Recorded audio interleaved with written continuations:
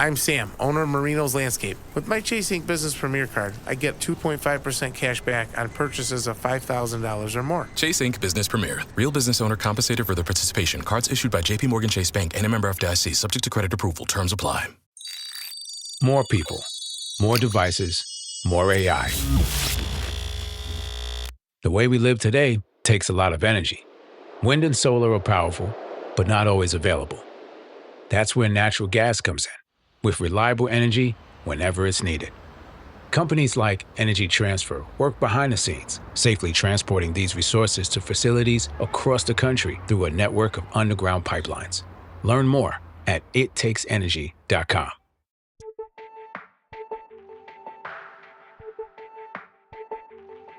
We all know teenagers are especially influenced by peer pressure. They want to be liked and accepted by their friends and classmates, and so they might go along with, say, a dare or a certain ugly fashion trend. Remember the era of checker-patterned everything or extremely low-rise bell-bottoms? While it's easy to point a finger at teens, all of us conform every now and then. Sometimes these pressures are good and result in positive actions. For example, when we see our friends and neighbors giving to charity, we feel more inclined to give as well. But this phenomenon, known as conformity bias, can also have a negative impact on our ability to think for ourselves. To fit in, we'll go along with the group consensus, even if we might not agree entirely. This commonly happens in the workplace. The pleasure centers of our brains light up when we are able to please a boss. And so if the boss is pushing an idea, even if it seems immoral to us, it's hard to stand up to it. If everybody sitting around the table, all of our coworkers seem to think it's a good idea, again, it's hard for us to stand up to it. And we may go along with a decision that we think is a terrible decision. That's Robert Prentice, a professor of business ethics and business law at the McCombs School of Business at the University of Texas at Austin. He's also the faculty director of the Ethics Unwrapped Video Project, which is part of the McCombs School's Center for Leadership and Ethics. We think that the moral positions that we take are, the product of our big human brains, that the things that we believe because we put our minds to it. But in general, most of the things that we believe because the people around us believe the same things. I grew up on a farm in western Kansas, surrounded by very conservative people. My political views were shaped in a way that, if I'd been born in San Francisco, would have been completely different. And so I try to tell my students, whether you're thinking about morality or religion or politics, remember that what you believe naturally just seems right to you because it's what you're used to. It's right because it seems right. But if you've been born someplace else, you might believe something completely differently. And so I always try to urge my students to be open-minded, to realize they might not be right about everything, and they should take other people's points of view into account. Prentice says that even the smartest people are susceptible to conformity bias. He points to one example at KPMG, a multinational accounting and consulting firm. I always think of KPMG around the turn of the century was wanting to get into the business of selling bogus tax shelters. Some of their competitors were making huge amounts of money selling these bogus tax shelters, and KPMG wanted to get into it. And so they raided a competitor, hired away a guy who was good at creating these bogus tax shelters, and he went to work. They ran some of his ideas past quality control up in Chicago, and one of the folks in Chicago sent an email saying, "What are you guys thinking? If the IRS looks at these transactions, they're never going to approve them. We are going to get fined." And the email he got back was, "You're either on the team or you're off the team." Well, everybody wants to be on the team. It's hard to stand up to people who are your co-workers. And so ultimately 17 accountants and lawyers at KPMG were indicted for tax fraud. And so I tell my students stories like that to try to tell them that, hey, you can go along with everybody else and go to jail, but it might be better to stand up for what you know is right. And sometimes this can end in being demoted or fired.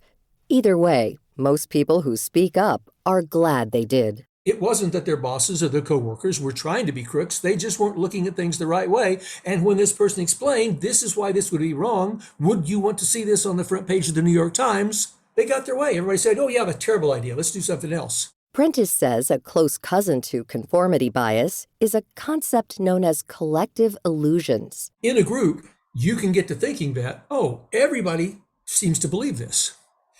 And that can cause you either to pretend that you believe it yourself, even if you don't, because again, you want to be part of the group, or your brain might even fool you into thinking that you believe it, even though there's no evidence for it. One expert on collective illusions is Todd Rose, the co-founder and president of the think tank Populace. He's also the author of Collective Illusions, Conformity, Complicity, and the Science of Why We Make Bad Decisions. Rose says collective illusions infect every corner of our lives. This can include our political beliefs, the kinds of jobs we want, or what we come to expect from educational or criminal justice institutions. These opinions take hold because our brains are hardwired to think that the loudest voices, repeated the most often, are expressing the true majority opinion. Rose highlights how social media has taken this to a new level, allowing people with large followings to wield a lot of power. On Twitter alone, 80% of all content is created by 10% of the users. And that 10% tends to be very vocal and actually not representative of the rest of the country. And so you can see the problem here, right? So if only 10% of people hold an opinion, but you think it's 80%, if you don't want to go against the group, then you'll just say nothing. You'll just go along to get along. But if enough of us do that, then the only voice anyone's hearing from is the fringe, and the result's a collective illusion. Rose points out that 2/3 of American adults admit to leaning into what he calls self-silencing because they're afraid to offend their online followers, friends, or work colleagues. He says this silence is dangerous because it leads to false narratives and one-sided opinions. They call it moral courage for a reason because it does take courage. It is scary, especially when there's a law on the line. But what I would say to listeners is, if you accept the idea of a collective illusion, and it is whatever you're thinking right now, there's a very good chance that your group actually agrees with you, that you're just wrong about what you think your group thinks. And if you knew that to be true, you wouldn't stay silent, right? You would gladly give your opinion. But if you also realize that speaking up isn't just about personal integrity, it might be the most important thing you could do for the integrity of the group that you care about. So for some of us, we can find that courage that way. And then for others who just care a lot about being with the group, that's okay, right? Then what we have to do is make the norm for the group be honest about what you think. The addition of diverse perspectives and shared thoughts ultimately leads to a better, more well-rounded opinion or action. So the next time you're in a business meeting or out to dinner with friends, maybe you'll go against the grain and find that others in the group were thinking the exact same thing. Todd Rose's book, Collective Illusions, Conformity, Complicity, and the Science of Why We Make Bad Decisions, is available in bookstores and online now. You can view free videos of the Ethics Unwrapped project of McCombs School Center for Leadership and Ethics at ethicsunwrapped.utexas.edu. You can learn more about all of our past guests by visiting our website at viewpointsradio.org. This segment was written and produced by Polly Hansen. Our executive producer is Amirah Zaveri. Our studio engineer is Jason Dickey. I'm Marty Peterson. Every day as a small business owner feels like solving a puzzle. One moment you're cruising along, and the next there's a shipping snag that has you scrambling. But here's a surprise you will like. With Progressive, small business owners save 10% or more on their commercial auto insurance when they pay in full. So go ahead, surprise yourself. Get a quote in as little as 8 minutes at progressivecommercial.com. Progressive Casualty Insurance Company and Affiliates. Discounts not available in all states or situations. Ever walk past a place for rent and wish you could just take a peek inside? Maybe even explore the layout. Envision the natural light streaming through the windows. Or plan where your vinyl record collection would go. At Apartments.com, you can.